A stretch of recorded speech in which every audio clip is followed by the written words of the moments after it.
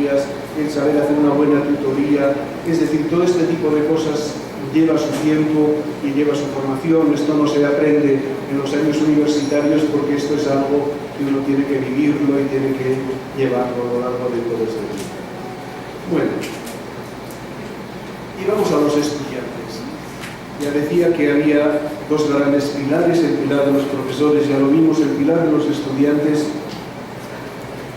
también entendidos desde esta perspectiva como agentes, porque efectivamente los estudiantes siempre estudiaron, pero siempre estuvieron como una cosa así, diríamos, pasiva dentro de lo que es el trabajo que se hace en las universidades. ¿Cuáles son los grandes desafíos que yo veo para el estudiante actual? ¿En qué podemos ir mejorando también desde la perspectiva de quienes creemos en estas cosas? ¿Cómo podemos ir mejorando? La primera cuestión importante, también los estudiantes igual que los profesores, la idea de persona, la idea de estudiante como persona que estudia y la idea de estudiante como persona que estudia en ciertas condiciones que tienen que ser buenas. Es esa visión holística que no podemos olvidar nunca. No es simplemente aquellas gentes que vienen a la universidad a aprender, sino que tiene que ser desde una perspectiva bien clara y bien rica y bien polivalente para ellos, ¿no? Por tanto, la primera cuestión para un buen estudiante es tener un proyecto de vida bien planteado, no estar en la universidad como si pudiera estar en cualquier otro sitio, porque no tiene una cosa mejor que hacer. Es decir, uno viene a la universidad porque tiene un proyecto de vida, porque sabe qué es lo que quiere para él, qué es lo que quiere ser, a dónde quiere llegar, y piensa que la universidad le puede ayudar a eso. Esto es lo que hace de los buenos estudiantes que son capaces de moverse adecuadamente dentro de la universidad, no bultos que se van moviendo de profesor en profesor y haciendo las cosas que cada profesor les pide. Una segunda cuestión importante es recuperar su estatus de sujeto.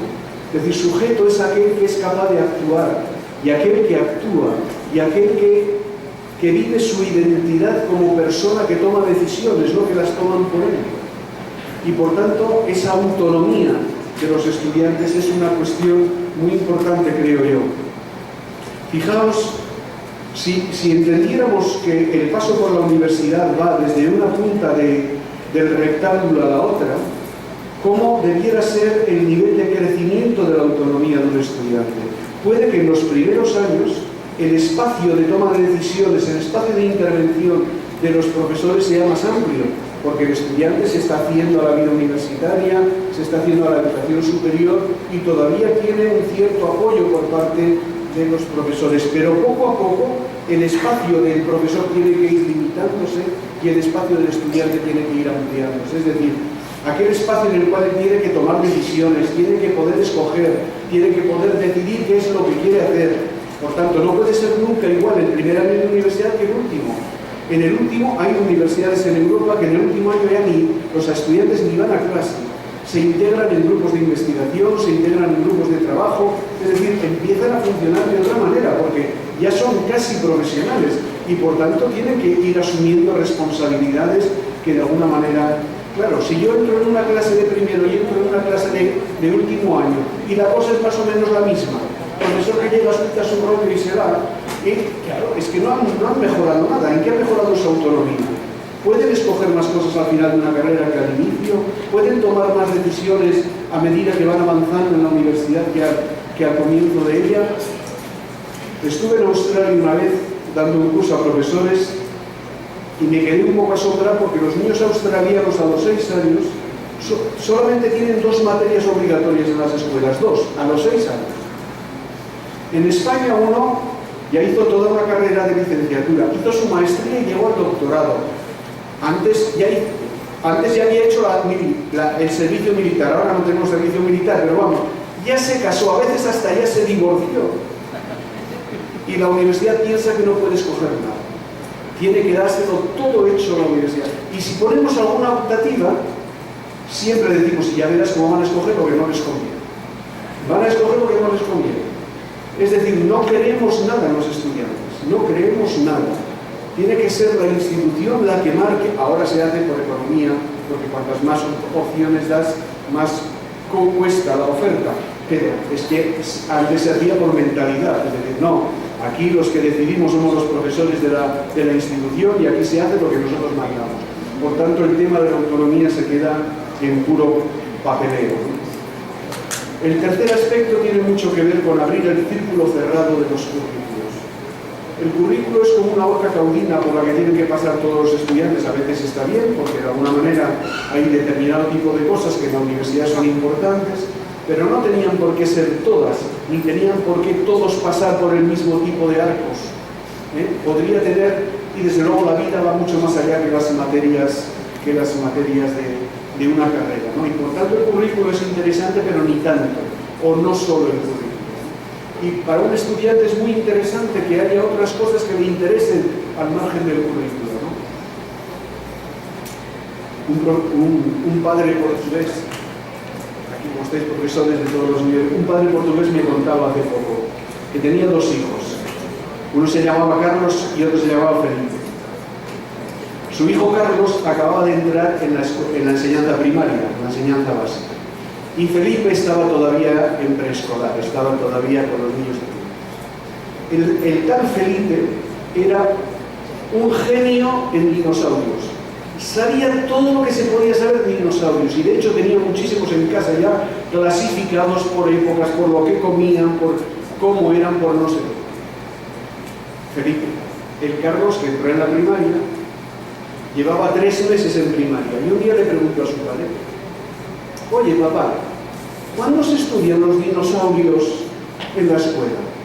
Su padre se quedó así un poco perplejo, porque ¿cuándo se estudian los dinosaurios en la escuela?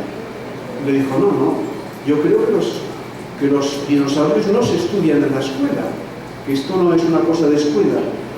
Y el Carlos se quedó pensando y le dijo: pobre Felipe, ¿no? Refiriendo a su hermano pequeño, pobre Felipe, ¿no? ¿Cómo está perdiendo el tiempo con los dinosaurios? Está perdiendo el tiempo con una cosa que luego no le va a valer para nada en la escuela. Pero claro, para el pobre chaval era lo más interesante que había en la vida, quiero decir. Y así vamos, es decir, la escuela al final nos va reduciendo nuestros intereses, nos va reduciendo a las materias que nos va proponiendo y al final somos lo que es el currículo que hemos hecho.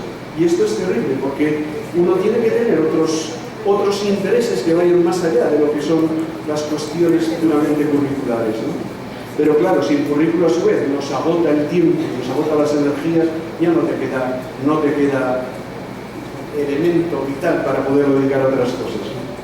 Bueno, en cuarto lugar, yo creo que, fijaos, en función de este tercer aspecto, esto de ir más allá de los currículos, para nosotros, yo creo que lo mejor que está sucediendo en estos últimos años en la Universidad Europea en general es el programa Erasmus. Es decir, nuestros chicos se van a otro país europeo, se van a otra universidad, estudian otras materias. Esto para ellos es mucho más interesante el tiempo que pasan fuera que las materias que estudian. Nos importa un poco menos las materias, aunque algunos profesores que son así muy estúpidos te dicen: no, yo no le voy a convalidar mi materia porque no ha dado el tema 14.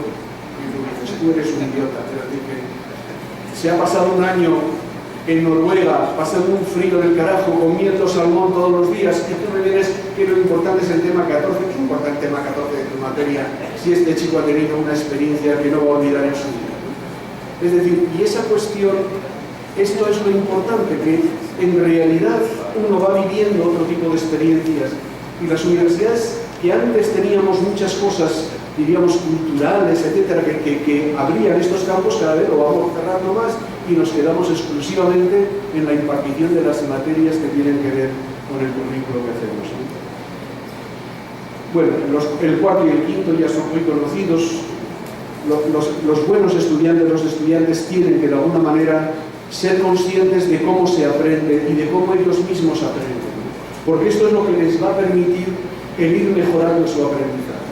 Y si no, a esto le llama epistemología discente, de cómo yo aprendo y qué tipo de proceso sigo en el aprendizaje. No simplemente, pues eso, si memorizo, ¿por qué memorizo? ¿Y qué tipo de consecuencias tiene que yo memorizo, y si lo hago a través de esquemas, cómo lo hago, y, es decir, de alguna manera ir buscando su propio acomodo en aquel sistema de aprendizaje que le vaya a servir, más, todo lo que se llama la metacognición y todos estos aspectos que hoy día son tan importantes.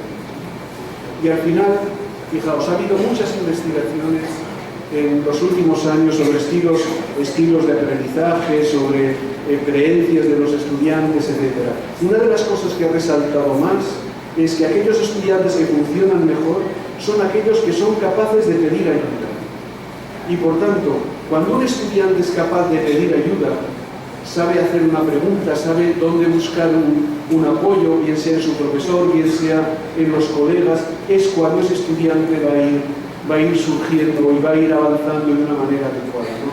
Y por tanto, esta idea del aprendizaje coral que dice Vygotsky, ¿no? Que las cosas las aprendemos primero en colectivo y luego lo voy integrando, porque la integración que yo voy haciendo es una integración a partir del contraste con las ideas de los otros. Si no tengo ese contraste con las ideas de los otros, no soy capaz muy bien de hacer mi propia síntesis personal, mi propia síntesis cognitiva de las cosas que estoy aprendiendo, ¿no? Y lo dice Gardner con la inteligencia intrapersonal también, que significa cómo poder relacionarte con los demás y cómo saber en qué medida tener confianza suficiente como para poder ir haciendo estas preguntas. Bueno, no quería decir mucho más. ¿Cómo serán algunas hipótesis sobre el futuro? ¿Cómo serán los estudiantes del futuro? Que en el fondo no es tanto una afirmación de serán así, sino como un deseo, deberían ser así. Es decir, deberíamos conducirlos a ser de esta manera, ¿no? Por eso digo que son hipótesis. Pienso que trabajarán más sobre documentos, muchos de ellos virtuales. Es decir, que hay que acostumbrarnos a trabajar sobre el ordenador y sobre documentos virtuales. Mucho más que en clases presenciales donde sean los profesores los que vayan explicando, ¿no?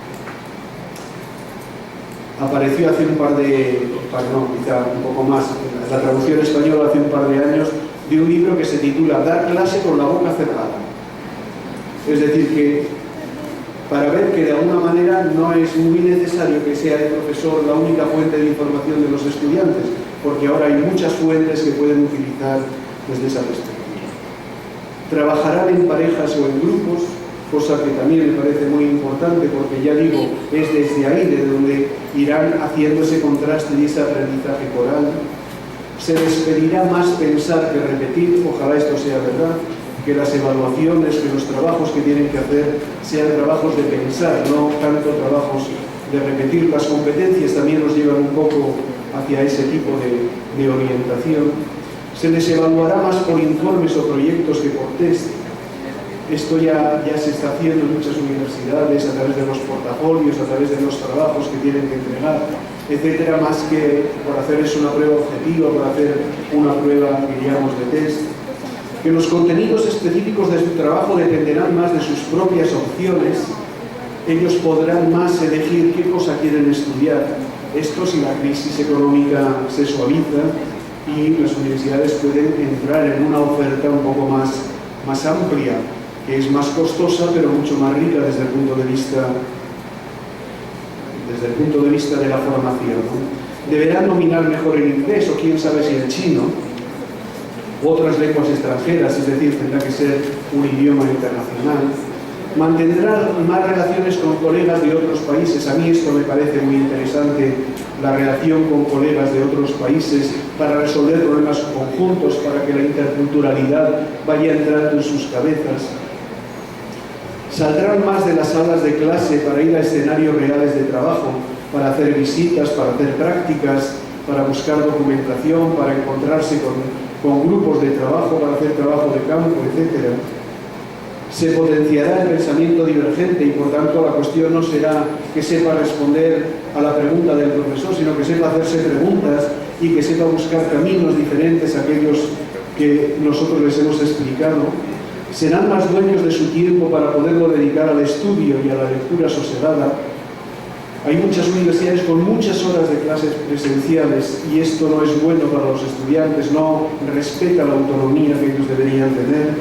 Tendrán mayor capacidad para autorregular su aprendizaje y se les pedirán resultados tangibles de aprendizaje, es decir, que al final no es tanto saber y saber repetir, sino saber hacer cosas y saber presentarlas y saber adecuarlas, ¿no? Y hay muchas universidades que acaban sus cursos con comunicaciones a congresos, es decir, sus estudiantes antes de licenciarse tienen que ser capaces de presentar una comunicación científica a un congreso, lo cual significa que yo soy capaz de identificar un problema, de saber trabajarlo, de saber prepararlo, de saberlo llevar a un congreso, etcétera, etcétera. Bueno, y por mi parte nada más, ya me comí 10 minutos del tiempo y si tenéis alguna cuestión estaré encantado de poderla responder.